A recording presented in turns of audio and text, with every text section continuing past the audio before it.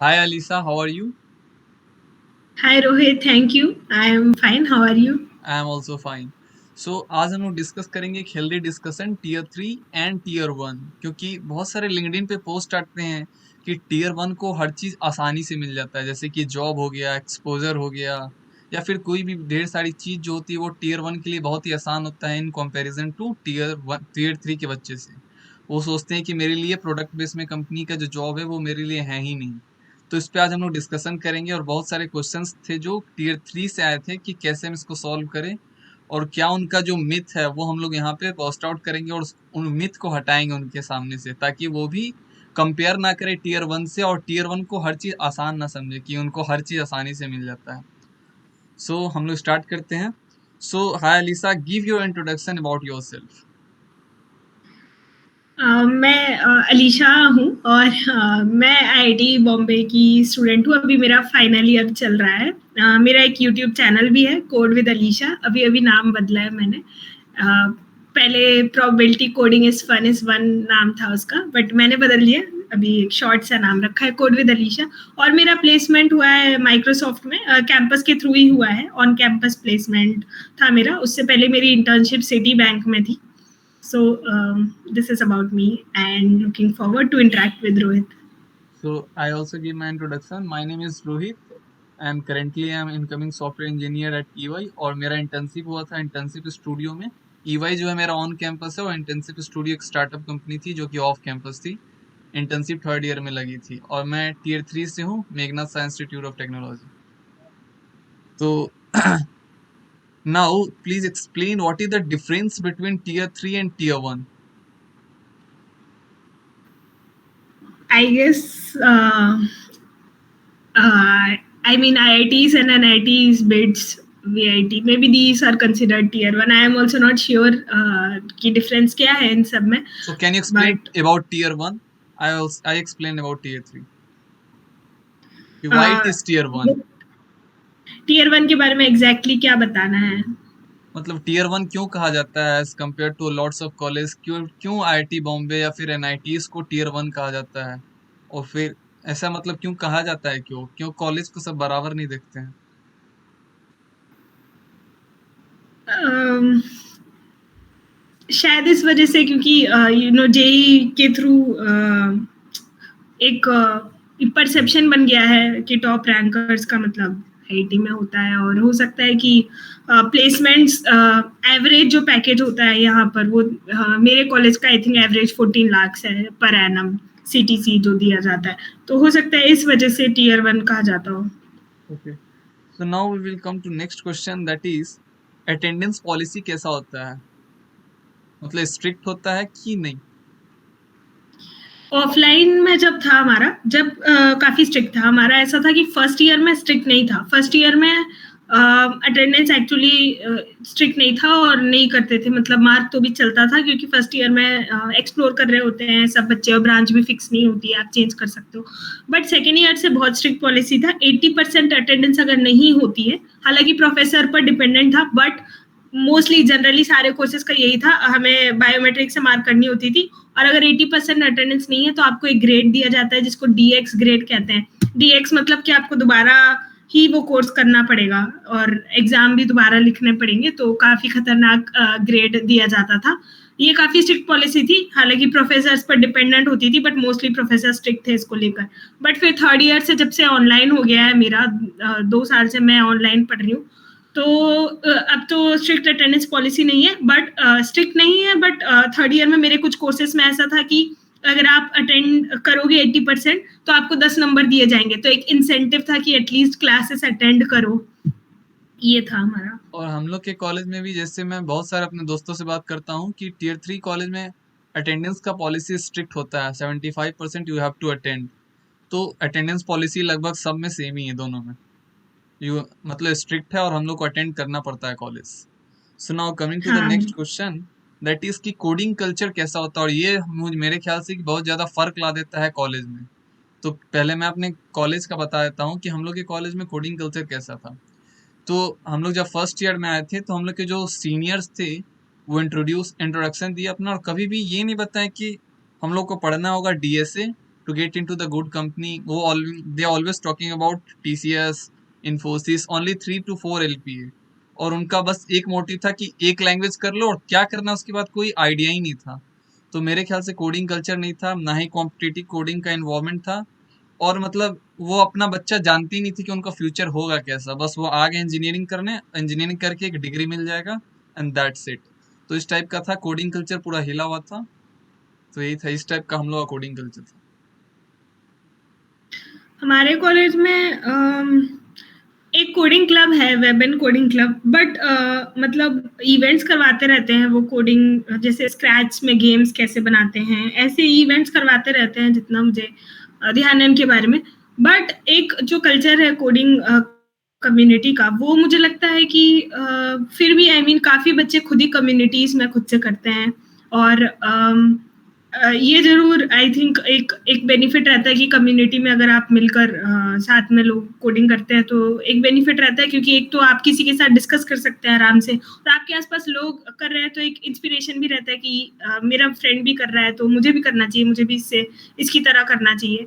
तो ये एक बेनिफिट रहता है। और बट ऐसा नहीं है एक्चुअली, काफ़ी सारे अपॉर्चुनिटीज हैं आईटी बॉम्बे में। तो मैंने ऐसे देखा है काफ़ी लोग जैसे फाइनेंस में इंटरेस्टेड हैं तो फाइनेंस की भी क्लब है, और कंसल्टिंग में इंटरेस्टेड है। और इनफैक्ट मेरा खुद का अगर मैं पर्सनली बताऊं तो मेरे जो शॉर्ट लिस्ट थे वो कंसल्टिंग कंपनीज में भी थे, तो मैं केस स्टडीज की भी प्रिपरेशन कर रही थी दूसरे दोस्तों के साथ। तो ऐसा नहीं है कि सिर्फ कोडिंग का कल्चर है, काफ़ी अलग फील्ड्स हैं, काफ़ी अलग डोमेन्स हैं, और सबके लिए आई थिंक स्टूडेंट्स रहते हैं जो हमेशा इंटरेस्टेड रहते हैं। और जहाँ तक मेरी ब्रांच है, मेरी भी एक नॉन सीएस ब्रांच है, तो यहाँ पे मुझे भी थोड़ा लगा कि एक्चुअली इतना नहीं था कोडिंग का कल्चर नॉन सीएस ब्रांचेस में। एटलीस्ट मेरे जो क्लोज फ्रेंड्स हैं स्पेशली, उनमें तो कोई नहीं कर रहा था। मेरी जो बेस्ट फ्रेंड है वो फाइनेंस में प्रिपरेशन कर रही थी, मेरे एक और फ्रेंड है जिसके साथ मैं प्रिपेयर कर रही थी, तो वो कंसल्टिंग में ही ध्यान दे रहा था, तो वो केस स्टडीज ही करता रहता था, तो मैं उसके साथ केस स्टडीज करती थी दिन भर। तो कोडिंग का मतलब हाँ एक कल्चर जरूर है आई थिंक। एक आई मीन एक एटलीस्ट सीनियर्स हैं जो कर सकते हैं और उन्हें कभी भी अप्रोच कर सकते हैं, और डिपेंड करता है बट फिर भी स्टूडेंट्स पर, क्योंकि अपॉर्चुनिटीज इतनी ज्यादा है कि कोई भी फील्ड में जा सकता है। तो मुझे ऐसा लगा।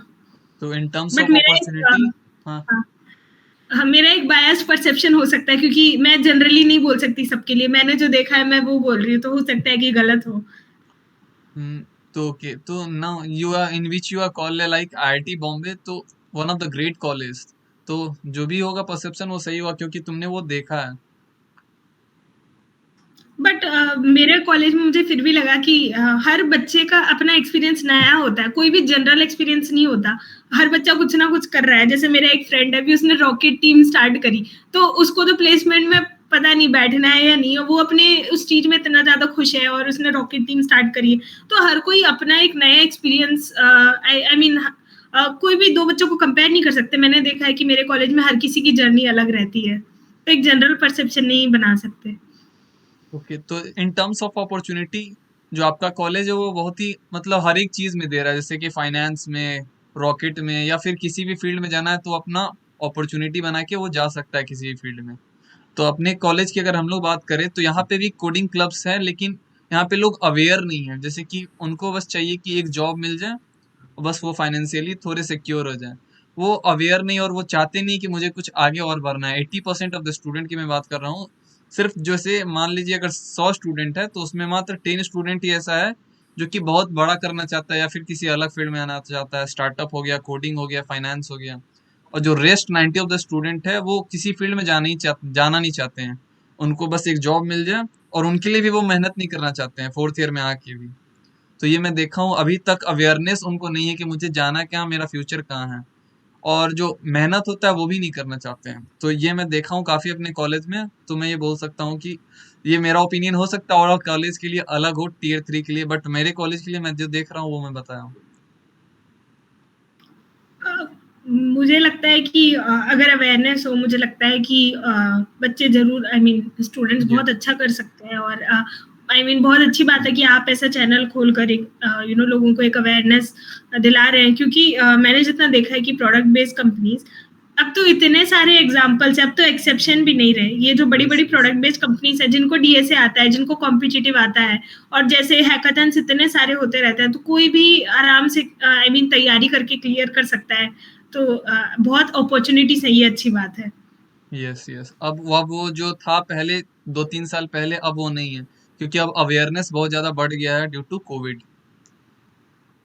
सो how do you maintain your semester exam? जैसे हम लोग को अपने प्लेसमेंट्स के लिए भी तैयारी करना पड़ता है और फिर सेमेस्टर एग्जाम्स के लिए भी।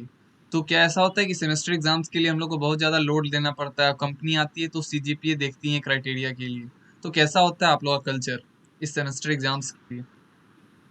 हाँ, हमारे में भी सीजीपीए मुझे लगता है फिर भी अभी भी बहुत इम्पोर्टेंट क्राइटेरिया है। और मुझे खुद याद है थर्ड ईयर में मैं जब इंटर्नशिप के टेस्ट दे रही थी, तो जैसे कंपनीज थी, मैं कंपनीज के नाम तो नहीं लेना चाहूंगी, बट काफी कंपनीज थी जिन्होंने 8 कट ऑफ रख दी थी। और इस बार भी जैसे बड़ी बड़ी कुछ क्वांट कंपनीज थी हमारे यहाँ एक्चुअली, जो क्वांटिटेटिव एनालिस्ट वगैरह की कंपनीज आती हैं, वो बहुत हाई पेइंग होती हैं। तो जैसे मिलेनियम मैनेजमेंट, अल्फा ग्रेप और बहुत सारी कंपनीज हैं। तो इन्होंने 8.5 9 बहुत हाई सीपीआई कट ऑफ रख दी थी बैठने के लिए ही टेस्ट में। तो हाँ, सीपीआई मुझे लगता है बहुत इंपॉर्टेंट होता है।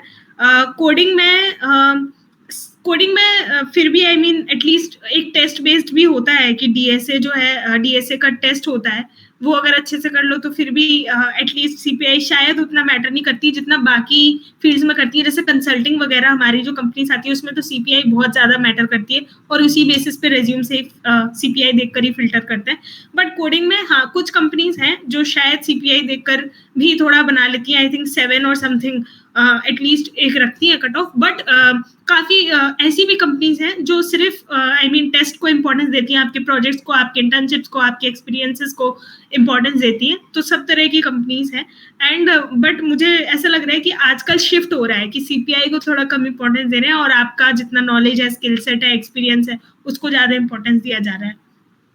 तो हमारी कॉलेज में भी सीजीपीए, जैसे कुछ शुरुआत में जो कंपनी आती है स्टार्टअप कंपनी, वो सीजीपीए का कट ऑफ थोड़ी हाई रखती है। उनका पेइंग जो थोड़ा ज़्यादा होता है, जो नॉर्मल हम लोग का यहाँ पे है पे, तो एनुअल पे उनका ज़्यादा होता है, तो वो सीजीपीए थोड़ी ज़्यादा रखती है। तो मेरे ख्याल से सीजीपीए अगर 8+ हो तो you can sit in any company. 2-3 company आई थी, उनका सीजीपीए ही था 8.5 9.5 9 तो एक टीसीएस डिजिटल करके आई थी, तो उनका सीजीपीए था 9.3। तो उनमें बैठने के लिए भी 9.3 चाहिए। तो सीजीपीए मेरे ख्याल से इम्पोर्टेंट है। कुछ कंपनी बहुत ज़्यादा हाई रखती है, लेकिन एवरेज 7 से अगर ऊपर होगा तो तुम मेरे कॉलेज में सारे कंपनी में बैठ सकते हो लगभग। तो ऐसी थी हमारी सीजीपीए। और मेरा एक पर्सनल क्वेश्चन है कि जैसे आप fresher as a IITian join किए, तो बहुत लोग सोचते हैं आईआईटीएन घमंडी होता है। जैसा कि मैं सुना हूँ बहुत लोग से कि आईआईटीएन घमंडी होते हैं, वो किसी से बात नहीं करना चाहते हैं। वो मतलब एक बोला जाता है कि बहुत तेज लड़के होते हैं, फिर लड़कियां होती हैं वो किसी से बात नहीं करना चाहते हैं, फ्रेंड्स नहीं बनाना चाहते हैं, वो सिर्फ पढ़ाकू होते हैं। तो कैसा था तुम लोग का माहौल? जैसे पूरे तो आईआईटीएन ही होगे उसमें, तो कैसा था एज ए फ्रेशर? सब पढ़ाकू थे या फिर अलग अलग फील्ड में सबको एक्सपोजर था, इंटरेस्ट था? कैसा था वो चीज़?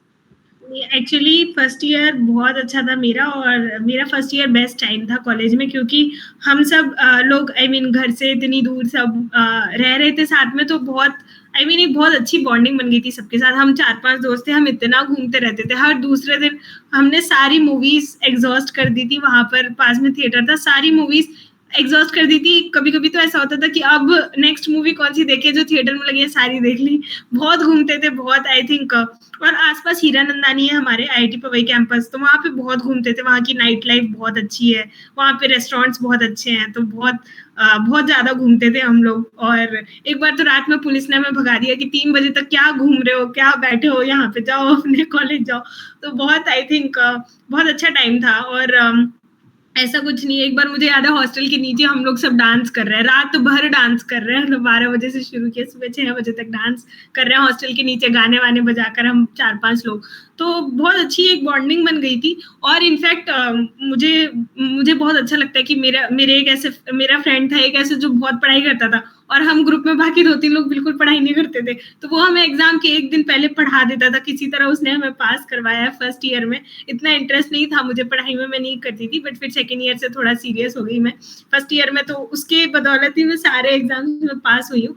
तो बहुत अच्छा आई मीन एक एक्सपीरियंस रहा फर्स्ट ईयर में लोगों के साथ, और इनफैक्ट हर जगह से आई मीन अलग अलग जगह से लोग आए थे, तो एक डाइवर्स ग्रुप मिल गई थी, तो बहुत खुशी हुई आई मीन बहुत अच्छी बॉन्डिंग बन गई थी तो ये हमारी साथ में। परसेप्शन पूरा गलत है कि सिर्फ वो लोग पढ़ाई करते हैं और सब चीज करते हैं, एक नॉर्मल ह्यूमन बीइंग की तरह हम लोग को देखना चाहिए। कितने लोग तो वो रिक्वेस्ट भी नहीं भेजते हैं क्योंकि वो आईटीए ने बात नहीं करेगा। मतलब एक परसेप्शन बहुत जगह बना हुआ है। तो ये परसेप्शन नहीं है, तुम लोग लाइव एग्जांपल देख सकते हो कि कैसे मस्ती करती थी और फिर एक दिन पहले हम लोग की तरह ही पढ़ के पास होती थी। तो ऐसा कुछ नहीं होता है, सब नॉर्मली इंसान होते हैं। So now next question is कि there is a myth outside that tier 1 student got job easily in terms of opportunity.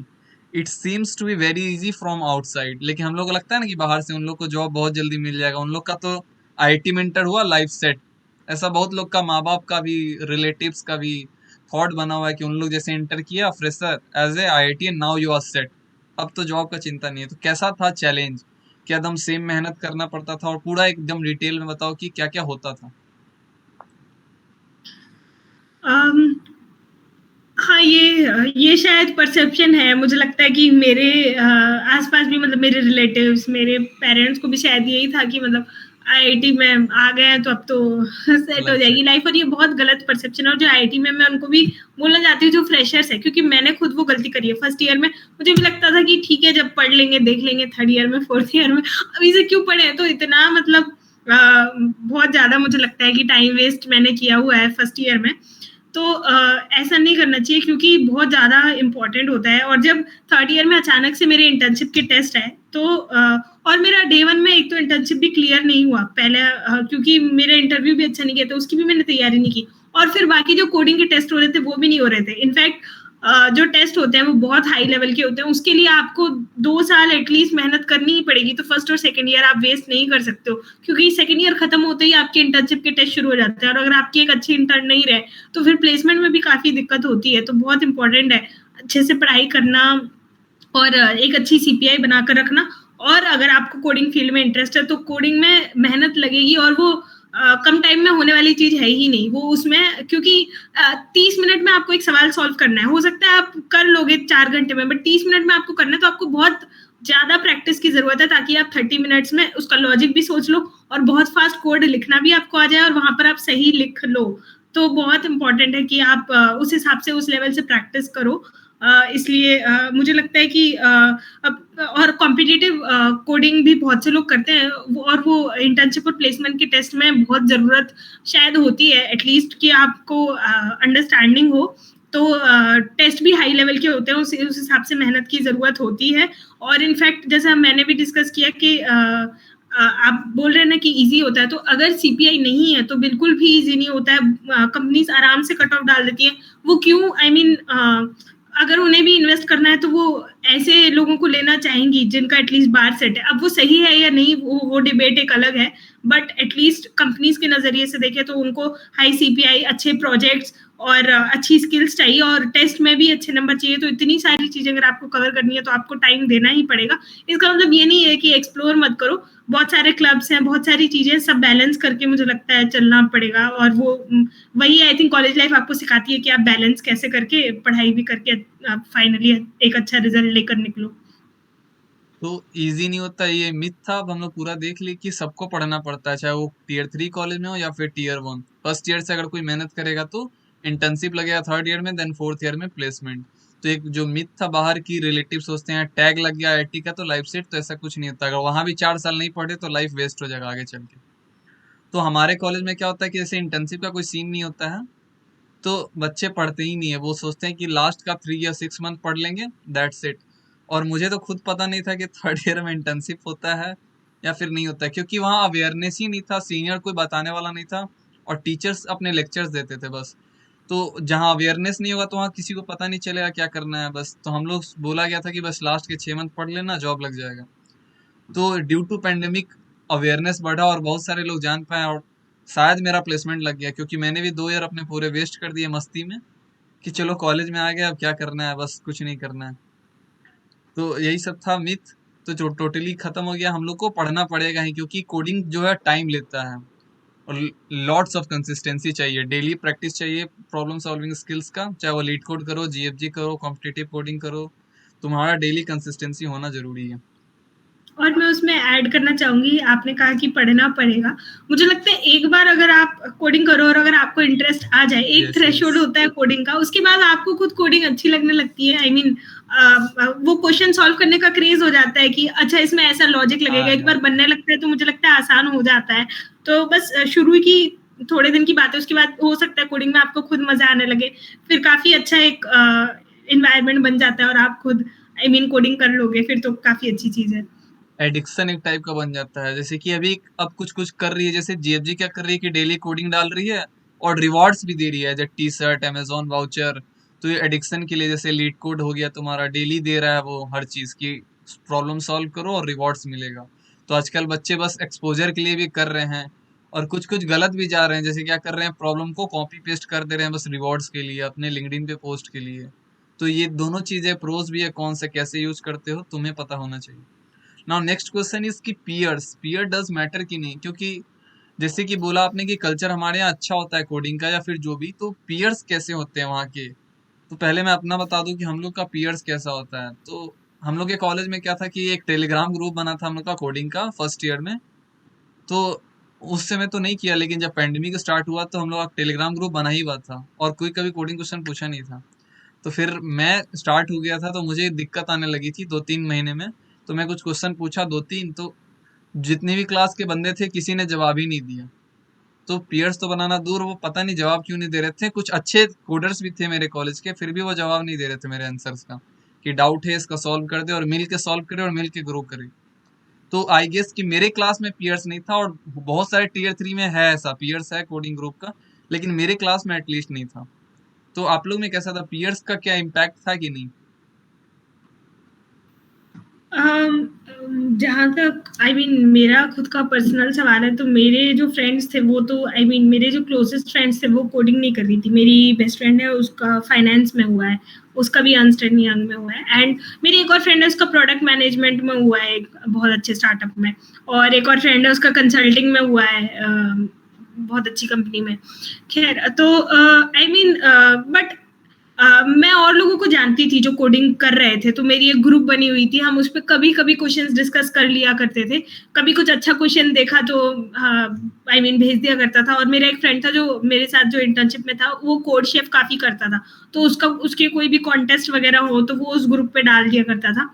तो आई मीन थोड़ा उससे अगर मेरे से क्वेश्चन सॉल्व भी नहीं हो रहा है तो एटलीस्ट एक वो रहता था कि अच्छा ये आई मीन इतनी इतनी पढ़ाई कर रहा है, एक रहता है ना कि अच्छा ये इतना पढ़ाई कर रहा है तो हम मुझे भी सीरियस हो जाना चाहिए। तो उसको देखकर लगता था कि इतने सिंसियरली कॉन्टेस्ट दे रहा है तो मुझे भी कर लेना चाहिए। और फिर कोशिश करते थे हम क्वेश्चंस भी कभी कभी डिस्कस करने की।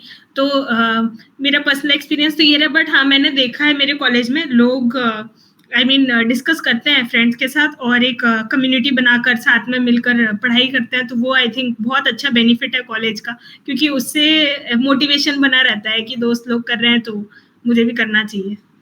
मेरा जैसे मैं एक चीज ऐड करना चाहूंगा, जैसे हम लोग का जो सीएस ब्रांच था, तो वो कम्युनिटी उनका बहुत ही अच्छा था कोडिंग का, वो कोड सेफ का चैप्टर भी चलाते थे, और वो सेकेंड ईयर में ही 5 स्टार हो गए थे। मतलब उनका जो 6 ग्रुप था उनमें से सब अच्छे अच्छे कोडर्स हो गए थे। तो ऐसा नहीं होता कि कॉलेज पे डिपेंड करता है कि टीयर 1 है कि टीयर 3, कि आपका ग्रुप कैसा है, 4-5-6 लोग का। बोलता है ना वो, you are the average of 5%। तो वो 5 लोग का ग्रुप या 6 लोग का ग्रुप कैसा होता है, वो मेन डिपेंड करता है। तो ये टोटली कॉलेज पे डिपेंड नहीं करता है, तुम किस पीयर्स में हो, अपना कैसा बना रहे हो। क्योंकि मैं मस्ती करता था इसलिए मेरा शायद पीयर नहीं बना। तो जो अच्छे से स्टार्ट कर रहे थे फर्स्ट ईयर में उनका पीयर था, तो आई थिंक इसके लिए कॉलेज मैटर नहीं करता। हाँ, now we will talk about senior guidance. Will like senior guide करते थे या फिर प्रोफेसर गाइड करते थे कि फर्स्ट ईयर में एज ए फ्रेशर आप लोगों को शायद कुछ नहीं पता हो, किसी को भी कुछ नहीं पता होता है, क्योंकि सब फिजिक्स केमिस्ट्री मैथ्स पढ़ के आते हैं।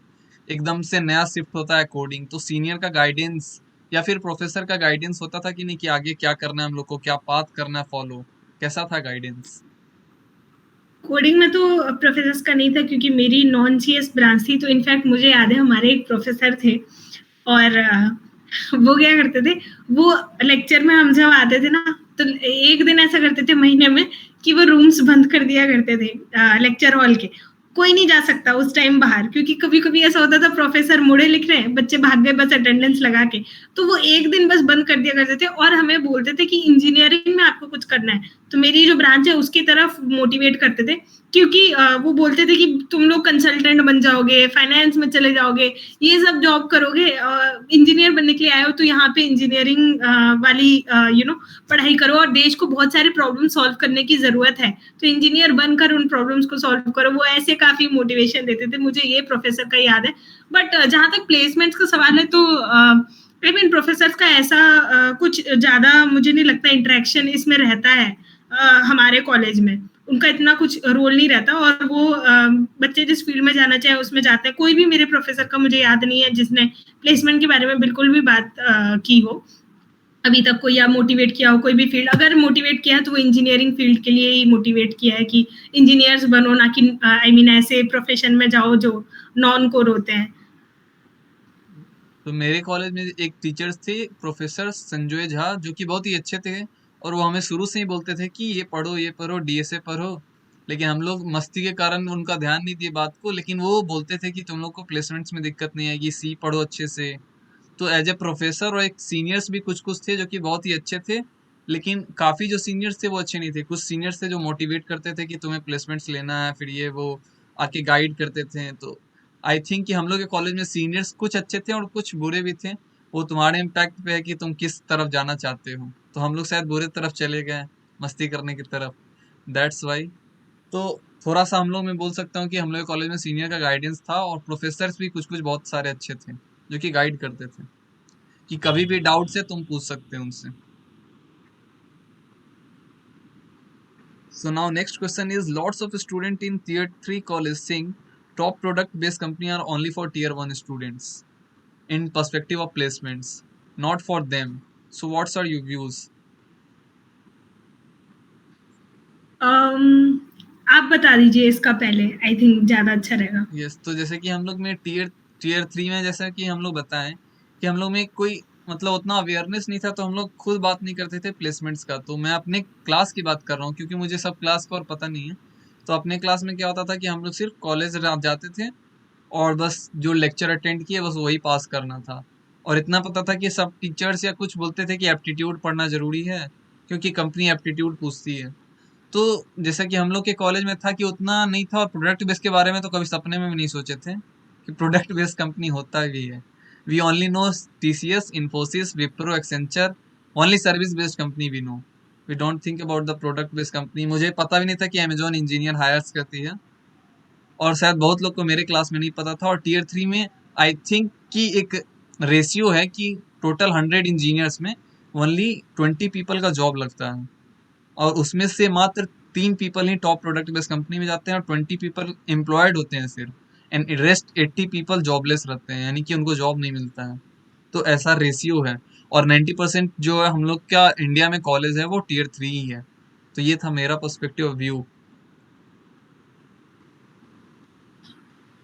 आई मीन बहुत अच्छी बात आपने कही कि अवेयरनेस लोगों को अगर हो तो आई मीन कितना कुछ बदल सकता है, क्योंकि प्रोडक्ट बेस्ड कंपनी जैसे आपने अमेजन का नाम लिया, अब तो कितने एग्जांपल्स हैं। वो कोई भी कॉलेज से हायर करते हैं, अगर आप उनके कोडिंग राउंड्स क्लियर कर लो और इंटरव्यू अच्छे से दे दो तो आई गेस अवेयरनेस की बहुत ज़्यादा ज़रूरत है।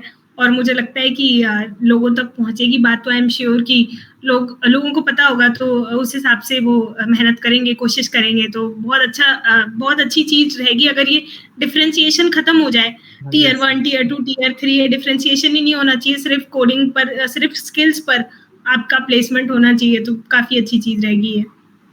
जैसे पीपल अपने आप को बहुत ज़्यादा जज कर लेते हैं कि मेरे से नहीं हो पाएगा, अंडर एस्टिमेट कर लेते हैं कि हम लोग इस कॉलेज में हैं। वो ये नहीं देखते कि मेरा पास्ट क्या हुआ, अब उसे भूल जाए, अब मुझे अच्छा करना है।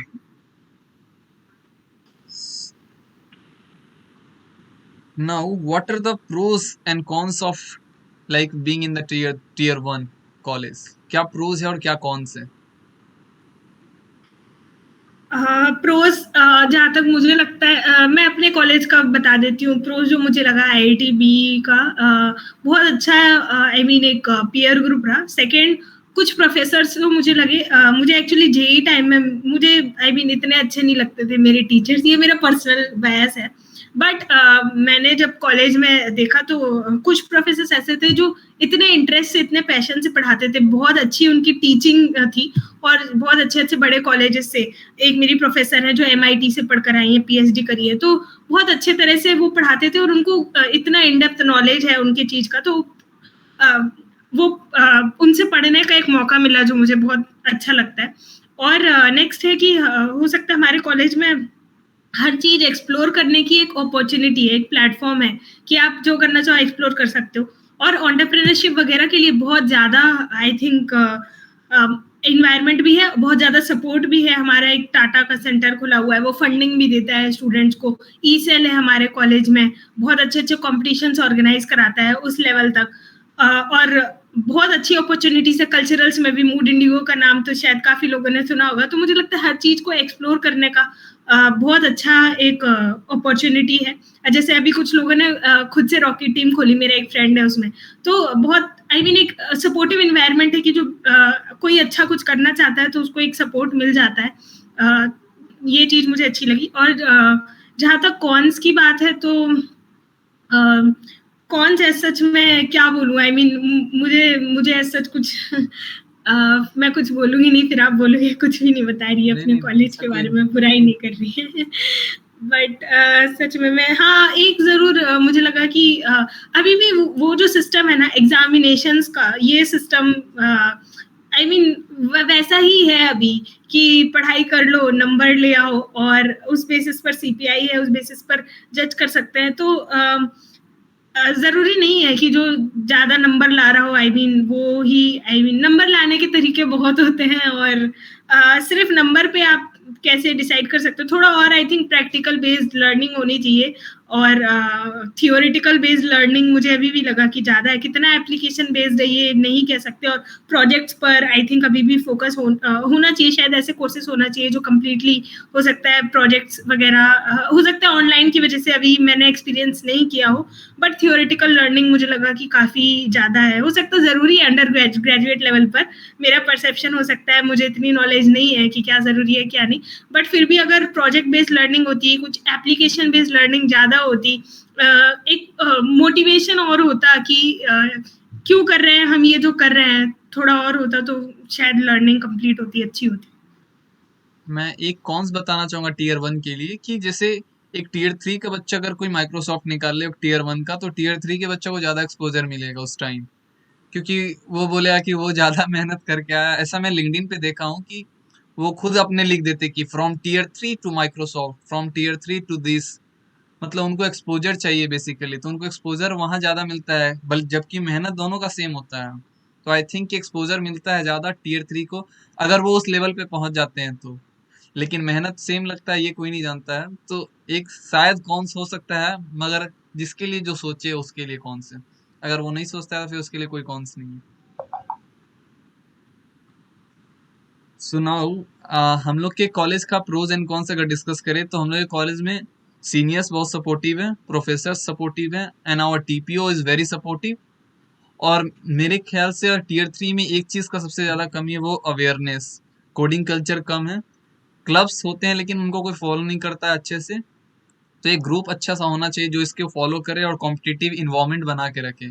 जैसे यहाँ पे कोई सोचता ही नहीं कि बहुत ज़्यादा आगे जाना है, रिसर्च का बहुत ज़्यादा कम है कि रिसर्च करना है या अलग फील्ड में जाना है, सब प्लेसमेंट में लगे हुए हैं। अगर 1000 बच्चे हैं तो सब प्लेसमेंट में लगे हुए हैं, कोई अलग फील्ड में नहीं जाना चाहता है, जैसे स्टार्टअप हो गया, फिर कोई अलग फील्ड जो भी चूज करना चाहे, सिंगिंग, डांसिंग। तो यहाँ पे ये सब कमी है, कल्चर का, इन्वायरमेंट का और अवेयरनेस का, आई थिंक। तो ये सब कौन से और कुछ प्रोज भी है। So now, last thing, last question, that is lots of student in tier 3 college think that the top product based company are only. Also, I think I have discussed this question. Now last question is like, do you feel insecure about yourself? Like तुम लोग को लगता है कि जैसे कि तुम लोग अपने बारे में इनसिक्योर हो, कि बहुत सारे बच्चे मैं देखा हूँ कि वो अपने बारे की लाइफ की वो थक हार गए हैं, जैसे कि अब मुझसे कुछ नहीं होगा, जॉब मिले तो ठीक है, नहीं तो फिर हायर स्टडी के लिए चले जाएंगे और जिंदगी भर स्टडी करते रहेंगे, चाहे वो प्राइवेट में हो कुछ हो, मुझे कुछ करना नहीं है, जैसे जैसे लाइफ जहाँ ले जा रही है बस वहां जाना है मुझे। तो वो बहुत ही इनसिक्योर होते हैं और अपने लाइफ को खुद नहीं जीते हैं, वो किसी सोसाइटी के लाइक सोसाइटी उनको जज करती है, जैसे जैसे बोलती है वैसे वैसे करते हैं वो। तो ऐसा मैं देखा हूँ अपने अपने आसपास, अपने ग्रुप्स में, अपने कॉलेज में या फिर कहीं भी। तो आप लोगों का कैसा है कि इनसिक्योरिटी ज्यादा होती है कि नहीं, डर लगता है कि नहीं?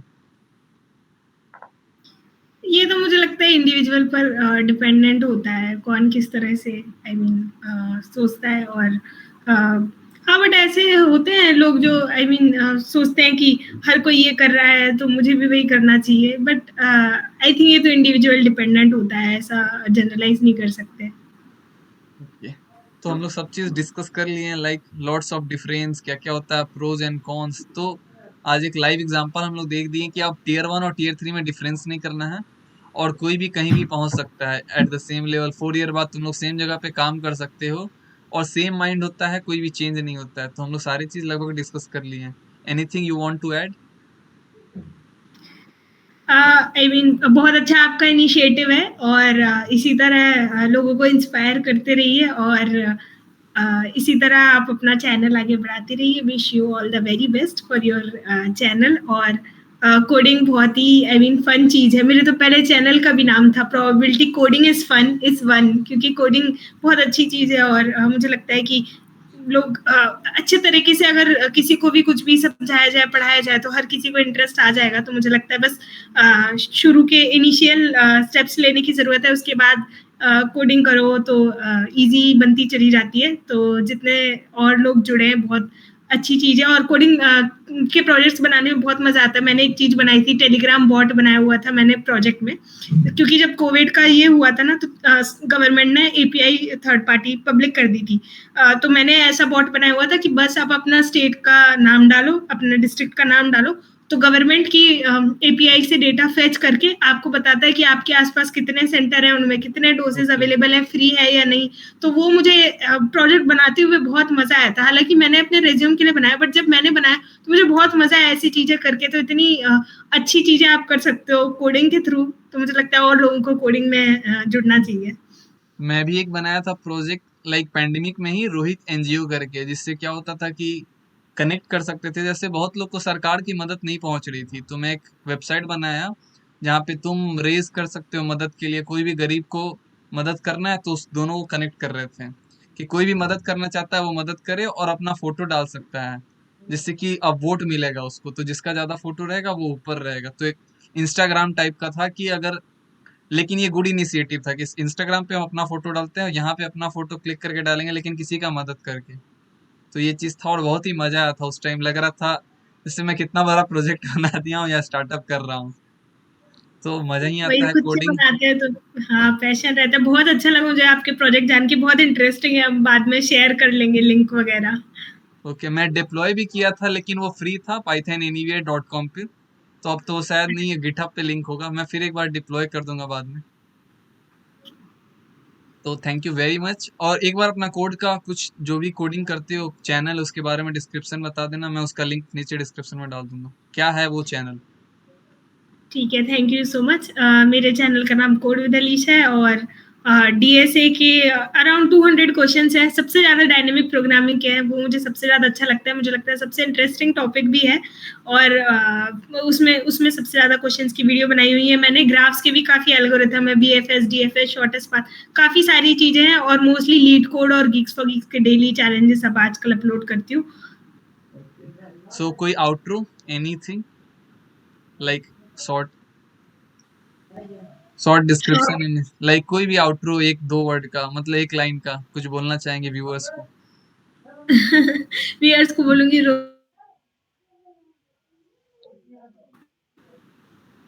ओ, शायद नहीं सुनाई दिया। अच्छा, मैं बोलूंगी रोहित का चैनल लाइक करो, सब्सक्राइब करो, और ज्यादा देखो। और बहुत अच्छे कोडिंग की वीडियोस बनाते हैं, उसको और ज्यादा देखो और शेयर करो। Thank you very much. I will also put your channel and link in the description. Thank you very much, Alisa. Thank you Rohit, have a nice day. Have a nice day too.